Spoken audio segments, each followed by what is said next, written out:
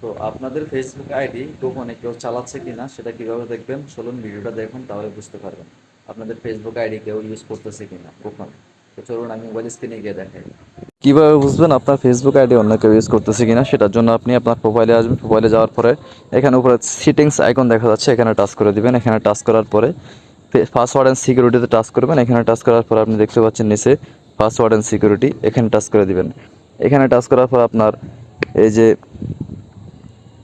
We are লগেড দেখতে পাচ্ছেন আপনারা, উই আর লগেড, এখানে টাচ করে দিবেন। এখানে টাচ করার পরে আপনি দেখতে পারবেন আপনার ফেসবুক অন্য কোনো মোবাইলে চলতেছে কিনা সেটা দেখার জন্য এই যে উপরে আমি এখানে দেখতে পাচ্ছি আমার অন্য কোনো ফোন এটা লগ ইন করা আছে কিনা দেখুন। লিনোক্স, এটা ক্রোম ব্রাউজারে লগ ইন করা, অ্যান্ড্রয়েড ফোন, সবগুলো আমার ফোনেই রেডমি নোট 8 প্রো।